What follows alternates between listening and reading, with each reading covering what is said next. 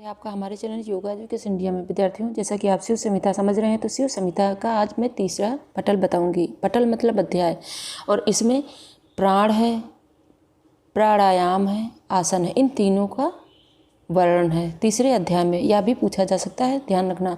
यानी तीसरे पटल में प्राणों पर आधारित, प्राणायाम पर आधारित और आसन, इन तीनों का वर्णन भगवान शिव ने शिव संहिता में तीसरे पटल में बता रखा है। चलिए आगे समझते हैं विद्यार्थियों। सबसे पहले मुख्य पॉइंट यह देख लें। मानव के हृदय में भगवान शिव ने क्या बताया कि मानव के हृदय में का से लेकर ठा वर्ण, यानी का से ठा, जैसे काका का गंगा ये सब है, तो का से ठा वर्ण तक 12 दलों वाला सुंदर कमल है। भगवान शिव ने कहा कि मनुष्यों के हृदय में 12 दलों वाला सुंदर कमल है, और उनकी पंखुड़ियों पर कागज से लेकर ठा तक वर्ण अक्षर अंकित हैं। अब इतना ध्यान रखना कि का से ठा वर्ण तक और 12 दलों वाला सुंदर कमल है। अगला पॉइंट देखें। कर्म के भेद के कारण, कर्म के भेद के कारण प्राण के अनेक नाम हैं। यानी उनकी जो वृत्तियां होती हैं, इस प्रकार से प्राण के अनेकों नाम हैं, लेकिन मुख्य 10 प्राण हैं। उन सभी का वर्णन यहाँ नहीं किया जा सकता है, लेकिन मुख्य 10 प्राण ही हैं। लेकिन इन्होंने यह बताया कि कर्म के भेद के कारण, जो विभिन्न प्रकार के कर्म होते हैं, उनके अनुसार अनेक नाम है प्राणों के, यह भी ध्यान रखना। और अगला पॉइंट, हृदय कमल में प्राण निवास करता है। जैसा कि हमने पहले ही बताया, हृदय कमल में, ये भी पॉइंट ध्यान रखें, पॉइंटों पर जरूर ध्यान रखना। हृदय कमल में प्राण निवास करता है। देखो, मानव हृदय में का से ठा वर्ण तक 12 दलों वाला सुंदर कमल है, और हृदय कमल में प्राण निवास करता है। हृदय कमल में यानी प्राण का स्थान कहाँ पर है? हृदय में है। और कर्म भेद के कारण प्राणों के अनेक नाम हैं, प्राण के अनेकों नाम हैं, लेकिन यहाँ पर आप 10 मुख्य प्राण समझेंगे। भगवान शिव ने 10 मुख्य प्राण को बताया है। 5 मुख्य प्राण और 5 उनके उप प्राण, लेकिन 10 प्राणों की संख्या है इसमें, यानी सभी को मिला के 10 प्राण बताया, ये ध्यान रखना बस। तो देखो, इनका थोड़ा सा देख लो। अब बाकी तो कई बार आपने पढ़ रखा होगा। प्राण, अपान, समान, उदान, व्यान। प्राण का है नाग, अपान का है क्रूम, समान का कृकल, उदान का देवदत्त और व्यान धनंजय। या इस प्रकार आप याद कर सकते हैं। प्राण, अपान, समान, उदान, व्यान, नाग, क्रूम, कृकल, देवदत्त, धनंजय। इनका क्रम ध्यान रखना। और नाग से डकार, क्रूम से पलक झपकाना, कृकल से भूख प्यास, देवदत्त जमाई और धनंजय हिचकी, ये बताया भगवान शिव ने। अब अगला पॉइंट, गुरु की महत्ता बताई है। तो यह देख लो, गुरु ही माता पिता व ईश्वर है, इसमें कोई संदेह नहीं। भगवान शिव कहते हैं कि गुरु ही माता पिता है, इसमें कोई संदेह नहीं है। आगे समझें कि जो साधक गुरु को पूर्णतया प्रसन्न करके, भगवान शिव कहते हैं कि जो साधक गुरु को पूर्णतया प्रसन्न करके यत्न पूर्वक योग विद्या की उपासना करता है, वह निश्चय ही उसकी विद्या शीघ्र मधुर फलदायी हो जाती है। उसको विद्या जो है, उसकी विद्या शीघ्र मधुर फलदायी कैसे हो जाती है? जो साधक गुरु की पूरी तरह से प्रसन्न करके, अब जो कार्य होते हैं गुरु के प्रति, वो सारे करके तब करेंगे, तभी तो गुरु प्रसन्न होंगे ना। तो गुरु को पूर्णतया प्रसन्न करके यत्न पूर्वक योग विद्या, यानी निरंतरता उसमें बनी रहे, या नहीं कि जो है एक दिन करें एक दिन ना करें। तो यत्न पूर्वक योग विद्या की उपासना करता है, निश्चय ही उसकी विद्या शीघ्र मधुर फलदायी हो जाती है। अगला पॉइंट यह देख लें, शिष्य के लिए क्या बताया गया? मन, क्रम व वाणी से गुरु की सेवा करें। यह भी बताया गया है। मन से, कर्म से, वाणी से, यानी मनसा वाचा कर्मणा से गुरु की सेवा करें। ये पॉइंट ध्यान रखें।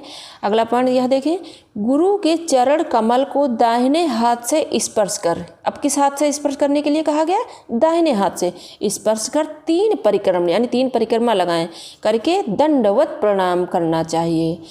शिष्य को क्या करना है? गुरु के चरण कमल को दाहिने हाथ से स्पर्श कर 3 परिक्रमण करके दंडवत प्रणाम करना चाहिए। दंडवत प्रणाम आप सभी जानते होंगे। अब इसी में तृतीय पटल में ही सिद्धि व सफलता के 6 लक्षण बताए हैं, यह देख लें आप।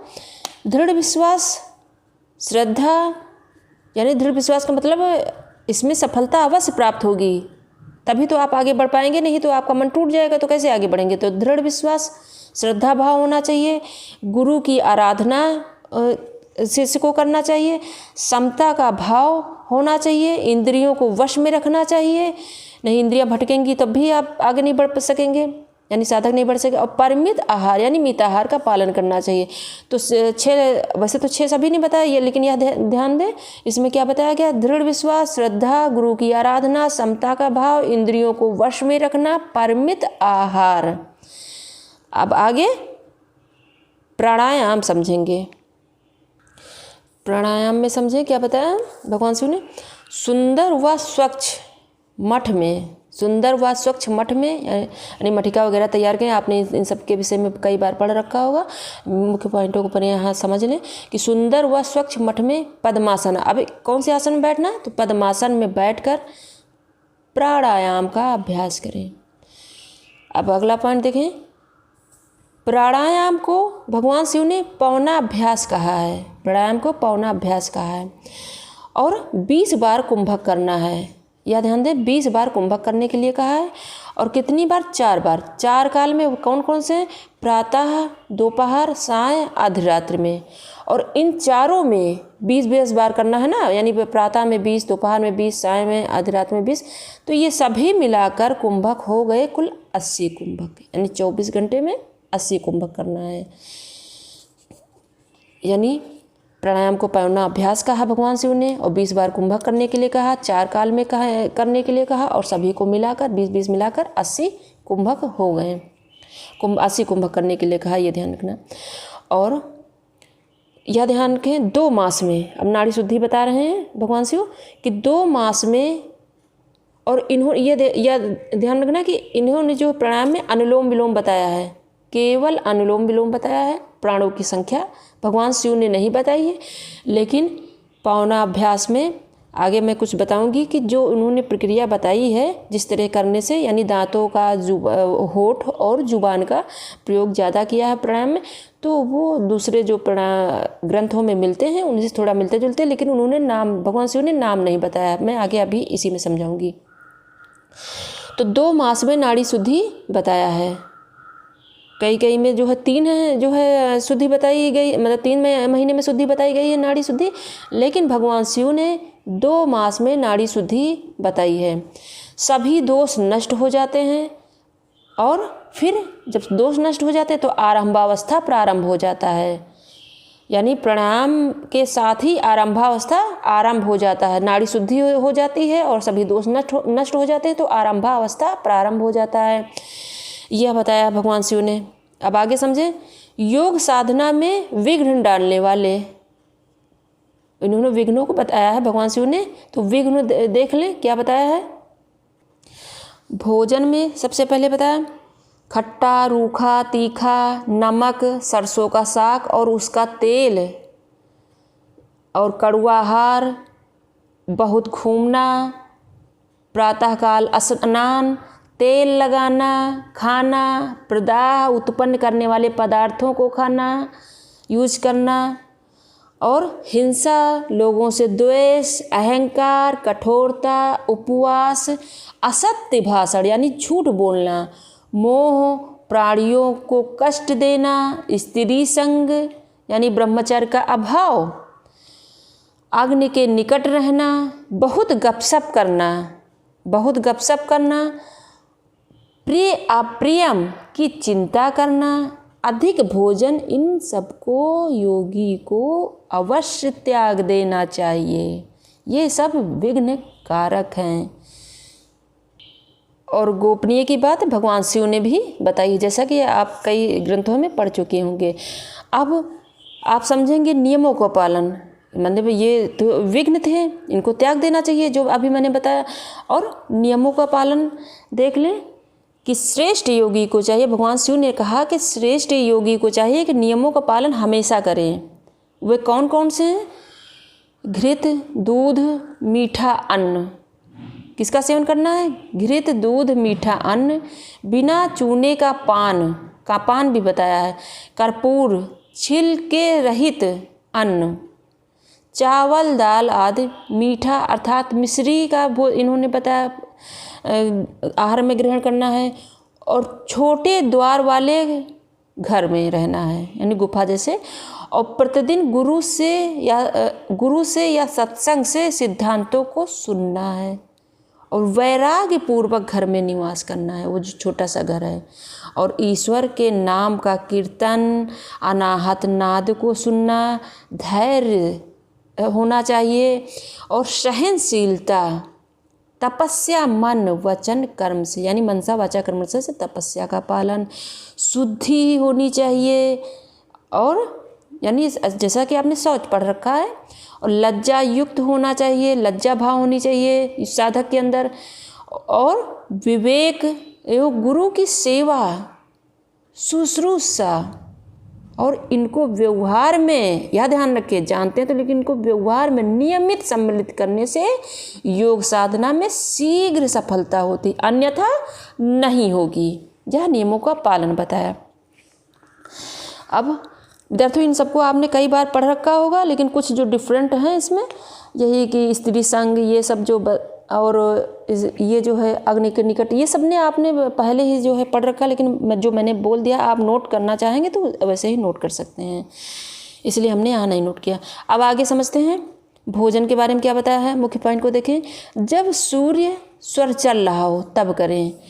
क्या बताया? जब सूर्य स्वर चल रहा हो तब करें। और शयन कब करना है? जब चंद्र स्वर चल रहा हो। और अब यानी सूर्य स्वर मतलब ये जो है जब पिंगला नाड़ी एक्टिव हो, और चंद्र स्वर मतलब जब ईड़ा नाड़ी एक्टिव हो। अब प्राणायाम से 8 सिद्धियां बताई हैं। जब प्राणायाम में सफल होंगे आप तो 8 सिद्धियां प्राप्त होंगी। क्या देख लें कौन कौन सी हैं? अणिमा, महिमा, गरिमा, लघिमा, प्राप्ति, प्राकाम्य, ईश्वत्व, वशित्व, जैसा कि आप सभी ने योग सूत्र में पढ़ा होगा। अणिमा, महिमा, गरिमा, लघिमा, प्राप्ति, प्रकाम्य, ईश्वत्व, वशित्व, वहाँ उसमें पंचभूतों में जो है सिद्धि प्राप्त होने पर प्राप्त होती हैं। इसमें प्राणायाम से 8 सिद्धियाँ प्राप्त होती हैं, भगवान शिव ने बताया। अब प्राणायाम का समय या देख लें 24 मिनट, यानी 1 घटी लगभग 1.25 घंटा, और 3 घटी यानी 72 मिनट। क्या बताया है? या देख लें कि 1 प्रहर में 1 याम यानी 3 घंटा यानी 180 मिनट। ये कंफ्यूज होते होंगे ना कौन कितना क्या है उसमें। तो देखो प्राणायाम का समय बताया कि एक प्रहर का बताया गया है। देखो 24 मिनट यानी 1 घटी लगभग कितना 1.25 घंटा। 24 मिनट बराबर 1 घटी लगभग 1.25 घंटा, और 3 घटी यानी 72 मिनट, और 1 प्रहर यानी 1 याम बताया गया, तो उसमें 3 घंटा यानी 180 मिनट। और ये सभी अभीष्ट सिद्धियां प्राप्त करवाती हैं। और इनके अभ्यास से, जो प्राणायाम के अभ्यास से भूचरी की सिद्धि हो जाती है। अब भूचरी की सिद्धि आप नहीं जानते हैं तो मैं बता दूं, जब सिद्धि हो जाती है तो उसमें साधक कैसे हो जाता है। भूचरी की सिद्धि मतलब जब साधना करते करते इस स्थिति में पहुंच जाता है योगी, तो जब भूचरी की सिद्धि प्राप्त होती है तो देखो उसके जो है क्या कैसे हो जाता है कि उसके द्वारा हाथ से भी अगर थप्पड़ मार दे ना, योगी जो है साधक जिसको भूचरी सिद्धि प्राप्त हो गई, तो थप्पड़ मारने से भी सिंह और हाथी जैसे दुर्धर जंतुओं को भी मृत्यु हो जाती है। यानी वह एक इतनी ताकत आ जाती है कि एक थप्पड़ मार देगा तो सिंह और हाथी समझते होंगे ना कितने बलवान होते हैं, तो उसकी मृत्यु हो जाएगी। ये है भूचरी सिद्धि। अब इसमें पाप व पुण्य को या देख रहे हैं, पाप और पुण्य को नष्ट करना है तो 16 मात्रा वाले प्राणायाम से ही नष्ट करना होता है। भगवान शिव ने बताया कि पाप व पुण्य को 16 मात्रा वाले प्राणायाम से नष्ट करना होता है। यानी देखो दोबारा समझ लो, जब इससे जो प्राणायाम से 8 सिद्धियां प्राप्त हो जाती हैं, और जो इसमें बताया कि 4 प्रहर पहले मैंने बता रखा है ना, लेकिन इसमें यह देख लें 24 एक घटी जो है 24 मिनट बराबर 1 घटी लगभग सवा घंटा होता है, और 3 घटी 72 मिनट, 3 घटी मिलाकर हो गया 72 मिनट, और 1 प्रहर मतलब 1 याम यानी 3 घंटा बराबर 1 याम या बराबर 3 घंटा यानी 180 मिनट हो गए ये सब। और इन सभी से अभीष्ट सिद्धियां प्राप्त होती हैं और इनके अभ्यास से भूचरी की सिद्धि होती है। और अगर सभी जो है पाप पुण्य को नष्ट करना है तो 16 मात्राओं वाले प्राणायाम को से नष्ट करना होगा, यानी 16 मात्राएं वाले प्राणायाम को करना होगा, निरंतर अभ्यास करना होगा। आगे बढ़ते हैं। तृतीय पटल में ही योग की अवस्थाएं बताई गई हैं, जैसे कि आरंभावस्थी प्राणायाम के साथ ही स्टार्ट हो गया था। तो ये अवस्थाएं देख लें, आरंभावस्था, घटावस्था, परिचय अवस्था, निष्पत्ति अवस्था, और इनका क्रम ध्यान रखना। अब आरंभावस्था में समझ लें, संतुलित शरीर हो जाता है, सुगंधित हो जाता है, कांतियुक्त हो जाता है, स्वर को साधित करने वाला हो जाता है, क्योंकि प्राणायाम के साथ ही ना उत्पन्न होता है। तो अब अगला देखते हैं घटावस्था। इसमें प्राण और अपान, या ध्यान देना, इसमें प्राण और अपान, नाद और बिंद, जीवात्मा और परमात्मा मिलकर एक हो जाते हैं। घटावस्था में क्या होता है, प्राण और अपान, नाद और बिंदु, जीवात्मा और परमात्मा मिलकर एक हो जाते हैं। और इस घटावस्था में तब घटावस्था उत्पन्न होता है, या घटावस्था में ऐसा हो जाता है, यह ध्यान रखना। और याद इन्हीं पॉइंटों को रखना। और 1 प्रहर यानी 3 घंटे अभ्यास से प्रत्याहार की प्राप्ति होती है। प्रत्याहार की प्राप्ति कैसे होती है, अब इसके साथ प्रत्याहार की प्राप्ति हो जाती है। देखो, 1 प्रहर 3 घंटे अभ्यास से प्रत्याहार की प्राप्ति होती है। 1 प्रहर वायु रोकने से कुंभक सिद्ध होता है। 1 प्रहर वायु रोकने से कुंभक सिद्ध हो जाता है। 1 प्रहर मतलब 3 घंटा, ये ध्यान रखना। अब अगला समझते हैं परिचय अवस्था। इसमें प्राण वायु इड़ा व पिंगला को त्याग कर स्थिर हो जाता है। परिचय अवस्था में क्या हो जाता है साधक का, तो यानी साधक में, तो देखो इसमें प्राण वायु इड़ा व पिंगला को त्याग कर स्थिर हो जाता है। कुंडलनी शक्ति जागृत होकर चक्रों का भेदन कर सुषुम्ना में विचरण करता है। प्रारब्ध कर्म, ये ध्यान रखना, प्रारब्ध कर्म संचित कर्म क्रियामान कर्म करता है। और ओम के जाप से संचित व क्रियामान कर्मों को भी नष्ट करता है। जो प्रारब्ध हैं उसे भोगने के लिए शरीर धारण करेगा।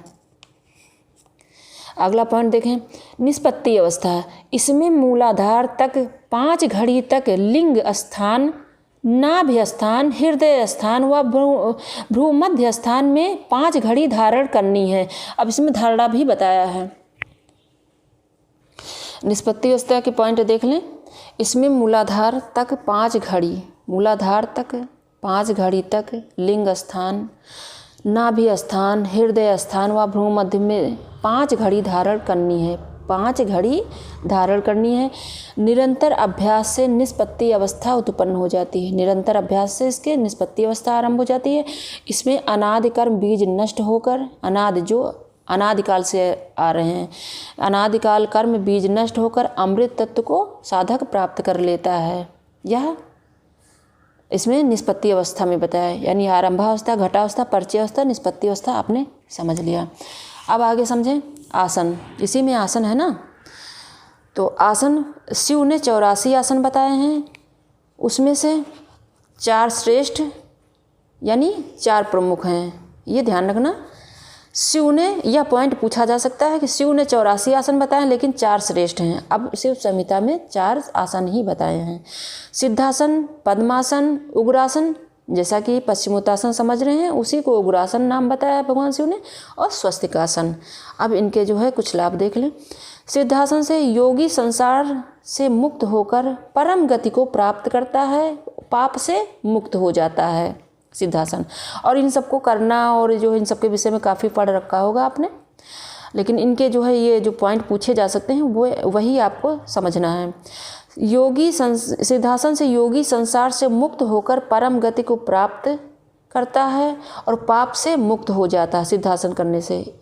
और यानी फल, इसमें जो सिद्धि प्राप्त हो जाती है, निरंतर अभ्यास करते करते जब सिद्धि प्राप्त होती है तब ऐसा होता है। और पद्मासन सभी रोगों को नष्ट करने वाला है, मोक्ष इसके द्वारा प्राप्त होती है, परम दुर्लभ आसन यह बताया गया। यानी पद्मासन सभी रोगों को नष्ट, मोक्ष प्राप्ति, परम दुर्लभ आसन। उग्रासन जठराग्नि प्रदीप्त होती है, मृत्यु पर विजय प्राप्त होता है, सभी सिद्धियां उग्रासन से प्राप्त होती हैं और प्राणवायु सुषुम्ना में प्रविष्ट हो जाता है। स्वस्तिकासन सभी दुखों का नाश करने वाला, शरीर में व्याधियां उत्पन्न ही नहीं होती हैं इसके करने से, यानी स्वस्तिकासन करने से। और वायु सिद्धि होती है, योगियों के लिए कल्याणकारी है यह, और गुप्त रखने योग्य है, यानी गुप्त की बात कही है भगवान शिव ने। यानी स्वस्तिकासन सभी रोगों का, सभी दुखों का नाश, शरीर में व्याधियां उत्पन्न नहीं होती, वायु सिद्धि, योगियों के लिए कल्याणकारक, गुप्त रखने योग्य है। अब मुख्य पॉइंटों को हमने नोट किया है, इसके अंतर्गत हैं, यह भी थोड़ा देख लें। खेचरी मुद्रा में प्राणायाम पूर्वक ध्यान करने से साधक अमर हो जाता है। यह पॉइंट ध्यान रखें, क्या बताया भगवान शिव ने कि खेचरी मुद्रा में प्राणायाम पूर्वक ध्यान करने से साधक अमर हो जाता है। अगला पॉइंट, 5 महाभूतों की धारणा करने पर, महाप्रलय होने पर भी साधक की मृत्यु नहीं होती है। 5 भूत वही 5 तत्व, यानी आकाश, वायु, अग्नि, जल, पृथ्वी। अगला पॉइंट, इंद्रियों पर विजय प्राप्त करना, यानी प्रत्याहार, यानी इंद्रियों पर संयम करना, इसमें बताया है। और प्राणायाम में क्या बताया है यह देख लें। प्रथम में पसीना, द्वितीय में कंपन, शरीर की स्थिति है ये। प्रथम में पसीना, द्वितीय में कंपन, तृतीय में योगी मेढक के समान उछलने लगता है। उसके अनंतर यानी वह भूमि छोड़कर आकाश में उठ जाता है। अगला पॉइंट यह देखें, ये इन पॉइंटों को ध्यान रखना। वायु साधना इसमें बताई है, वायु साधना से सभी कष्ट दूर हो जाते हैं। और जो भगवान शिव ने बताया है, वैसे तो नाम नहीं बताया, लेकिन जो आपने देख रखा है यानी पढ़ रखा है, शीतली प्राणायाम, काकी प्राणायाम, शीतकारी प्राणायाम, ये इन सभी के जो है प्राणायाम आप जानते हैं, इन ऐसी ही विधि बताई, लेकिन नाम नहीं बताया है। यानी होस्ट, जीभ, दांत का प्रयोग इन्होंने प्राणायाम में जो भी ये प्राणायाम बताया है तो ज़्यादातर बताया है। तो यही है शीतली, काकी, शीतकारी प्राणायाम, यानी इसको पौना अभ्यास बताया है। और यह भी बताया है प्राणायाम में, यानी जब ये ऐसी स्थिति हो जाती है, तीसरी प्रथम पसीना, ये द्वितीय, ये हो जाता है, और पद्मासन में बैठकर ही करना है और उत्तरकालीन स्थिति में। और लेकिन यह ध्यान रखें कि जो ये नियम वगैरह बताए गए हैं, यानी कि योगी के लिए इस अवस्था में पहुंचने तक ही योग साधक के लिए जो बताए गए नियम हैं उनका पालन करना अनिवार्य है। उसके बाद तो इन अवस्था में योगी की निद्रा थोड़ी होती है, मलमूत्र बहुत कम हो जाता है, यानी वो काफ़ी आगे बढ़ चुका होता है ना योगी। ये बताया है इसमें शिव संहिता में, ये मैंने आपको समझाने के लिए बताया है। पूछा जा सकता है कि मलमूत्र भी कम हो जाते हैं, और अदर भी ग्रंथों में ये बताया गया है। तो आशा करते हैं आपने अच्छे से समझ लिया होगा तृतीय पटल, और जहाँ कहीं ना समझ में आया कमेंट बॉक्स में शेयर कर मैं आपको दोबारा समझा दूंगी। और अगर आप हमारे चैनल पर सबसे पहले जुड़ रहे हैं, यानी पहली बार जुड़ रहे हैं, तो बेल आइकन जरूर प्रेस करिएगा, ताकि मैं जैसे वीडियो अपलोड करूँ तुरंत नोटिफिकेशन प्राप्त हो सके। अब मैं आपको चौथा पटल अगले वीडियो में समझाऊंगी, और चौथा पटल है मुद्रिका वर्णन पर, यानी मुद्राओं का वर्णन किया है उसमें। तो धन्यवाद विद्यार्थियों।